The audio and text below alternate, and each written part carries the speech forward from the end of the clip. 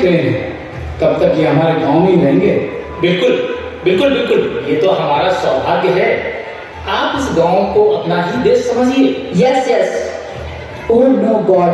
If I had not missed my train, I would have been comfortably staying in hotel.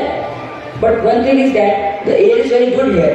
Sarpanch साहब, इस बार तालाब की स्वच्छता की क्या योजना बनाई है? इस बार सोचा है कि सभी लोगों को जोड़ना पड़ेगा, क्योंकि अपने सभी तालाबों में गाद बहुत हो गई है और काम भी बहुत है। और इस बार तालाब और सड़कें किनारे पीपल और आम के पेड़ भी लगाने हैं। सरपंच साहब, आपके रहते काम तो हो गई। अरे नहीं नहीं भाई साहब, लोगों का सहयोग है जो हम ये सब कर लेते हैं, वरना मेरी कहाँ इतनी। हाँ सरपंच साहब, गांव की एकता ही अपनी असली ताकत है।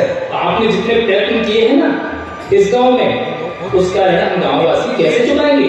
एक नागरिक का कर्तव्य होता है सरपंच साहब, अपने देश के लिए कार्य करना। ये तो भारत माता का ऋण है हम पर, जो हम सब चुका रहे हैं। Our country's people depend on the government. Here people themselves are doing everything. The citizens of the country know their duty. Yes. अरे काका, हमारे मेहमान को अपना उद्योग नहीं दिखाओगे? अरे क्यों नहीं बेटा, बिल्कुल।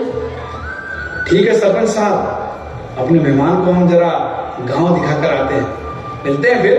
भाई साहब, इनको आप हमारे घर लेकर आइए, रात्रि का भोजन साथ में करेंगे। नहीं नहीं सरपंच साहब, आज का भोजन तो हमने पहले जगदीश भैया को बोल दिया था। भाई साहब, अब आपकी बात को हम कैसे टालें, लेकिन चाय पानी के लिए तो ले आइएगा। हाँ सरपंच साहब, सुबह का नाश्ता आपके घर पे ही करेंगे। आपके गांव में कूलनेस बहुत है। मैं बिना एसी के पहली बार रुकूंगा। ये गांव में क्लीनलीनेस और ग्रीनरी बहुत ही अच्छी है। अच्छा गांव।